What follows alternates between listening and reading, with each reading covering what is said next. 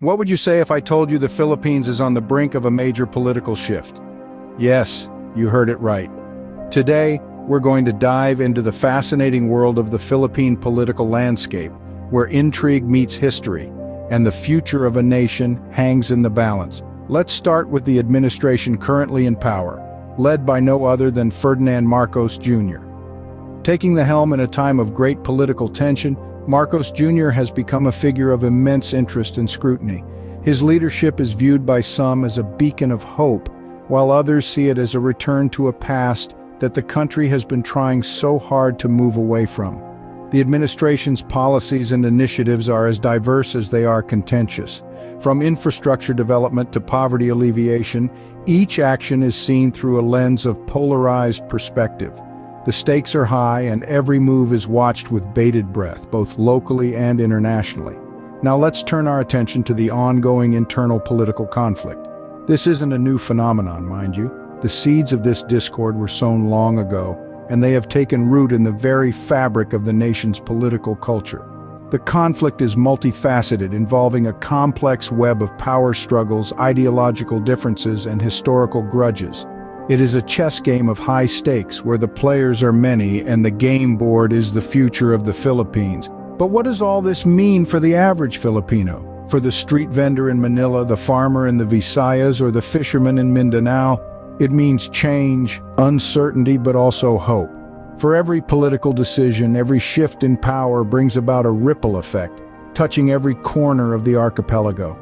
As we delve deeper, let's keep in mind that every political decision brings about a ripple effect. In the coming scenes, we will explore the seeds of this conflict, the economic implications, and the road ahead.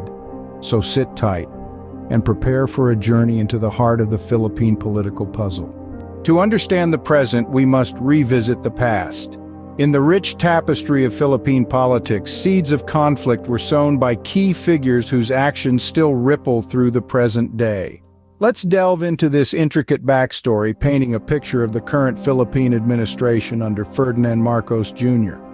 One cannot overlook the influence of Ferdinand Marcos Sr., whose two-decade rule left an indelible mark on the nation. His reign, marked by martial law and allegations of corruption, planted the first seeds of political divide. Yet it was not just the actions of one man that shaped the country's political landscape. Corazon Aquino, the first female president of the Philippines, took the helm after Marcos Sr.'s rule. Her rise to power was a beacon of hope for many, signifying a potential new era of democratic rule. However, her tenure was marked by a number of coup attempts, economic struggles, and political instability, further exacerbating the divide within the country. Then there was Joseph Estrada, a former movie star turned politician whose populist approach resonated with the masses. Estrada's presidency was marred by an impeachment trial for corruption, further muddying the political waters. Fast forward to the present day, and we find ourselves under the administration of Ferdinand Marcos Jr. His election has stoked the embers of past political divides, with some hailing it as a return to a golden age, while others condemn it as a step backward. The roles of these key figures are woven into the fabric of Philippine politics. Their actions, decisions, and the controversies that surrounded them have shaped the current political climate, contributing to the ongoing conflict we see today. As we navigate through the complexities of this situation, we are reminded of the cyclical nature of history. The roots of conflict run deep, tracing back to the actions of past leaders and their impact on the nation. Understanding this context is crucial to making sense of the present state of affairs. History, as they say, has a way of repeating itself. Now let's take a look at the economic landscape. The economy of the Philippines, like any other, is a complex web of interrelated elements. It's a vibrant mix of agriculture, industry, and services, each sector contributing to the overall economic health of the nation. But the ongoing political conflict has brought with it a set of challenges that have had a significant impact on the economy. Let's start with agriculture. The Philippines, blessed with a tropical climate and fertile soils, is a major producer of rice, coconuts, and other agricultural products. However, political instability has led to disruptions in farming activities, affecting both production and income for farmers. Then there's the industry sector. The Philippines is known for its skilled workforce, producing everything from electronics to shipbuilding, but again, the political turmoil has created uncertainties, discouraging investments and hindering growth. And let's not forget the services sector, which includes tourism, one of the country's biggest revenue generators.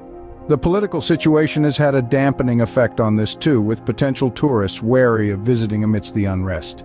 But it's not just the big sectors that are affected. The ripples of the political conflict have reached the everyday lives of the Filipino people. Unemployment rates have risen and inflation has made the cost of living more expensive.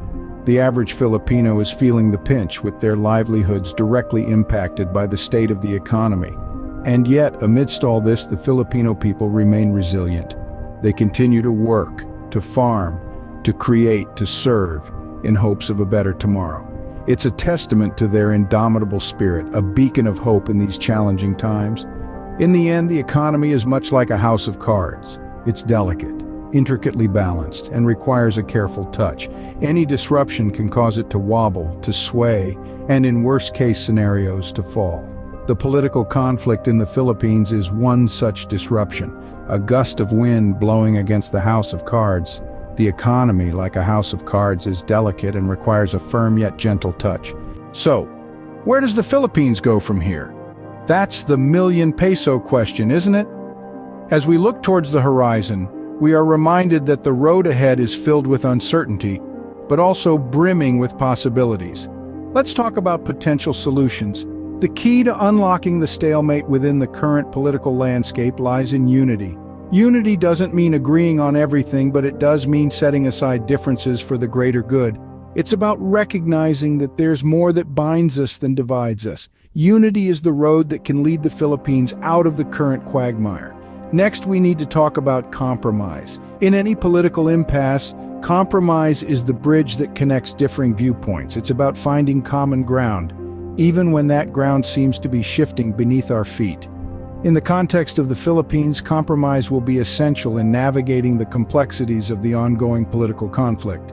But unity and compromise are meaningless without responsible leadership. The Philippines needs leaders who are not just politicians but statesmen. Leaders who can rise above the fray, who can guide the nation towards a more stable and prosperous future. Responsible leadership is the compass that will point the Philippines in the right direction. The road ahead for the Philippines is undoubtedly challenging. However, it's not a road that the country has to walk alone. The international community, with its resources and expertise, can play a crucial role in supporting the Philippines through these turbulent times. Remember, every journey starts with a single step. The Philippines' journey towards a brighter future will require unity, compromise, and responsible leadership. It's a tall order, but it's not impossible. It's a road that can be traveled, one step at a time. Change is inevitable, but it is the direction of that change that matters. As the Philippines charts its course, let's hope that the road ahead leads to a destination of peace, stability, and prosperity. It's been quite a journey, hasn't it? We've taken a deep dive into the complex political landscape of the Philippines under the current administration of Ferdinand Marcos Jr. We've seen how the seeds of conflict have sprouted and entwined themselves around the nation's heart, creating a knot of political tension that resonates in the lives of everyday citizens. We looked at the intricate tapestry of power, the threads of which are woven by different political factions, each vying for influence and control. It's a narrative that isn't unique to the Philippines, but is certainly felt on a profound level within the archipelago. This political tension, as we've explored, has far-reaching implications, not just on the ground where people live and breathe it, but also in the economic sphere. We then turned our attention to the economy, the lifeblood of the nation. We've seen how the political tumult can act as a dam, stifling the flow of progress and prosperity. Despite these challenges, the Philippine economy has shown resilience, pushing against the tides of conflict to continue its growth. Yet the question remains, how can this growth be sustained amidst the swirling political storm? Finally, we gaze down the road ahead, a road that is as uncertain as it is promising. The future of the Philippines is not written in stone. It's a story that is still being written, a story that every Filipino, whether in the bustling heart of Manila or in the serene countryside, has a role in shaping. The importance of understanding this political context and its economic implications cannot be overstated. It's a complex puzzle, yes, but one that we must strive to solve if we are to navigate these turbulent waters effectively.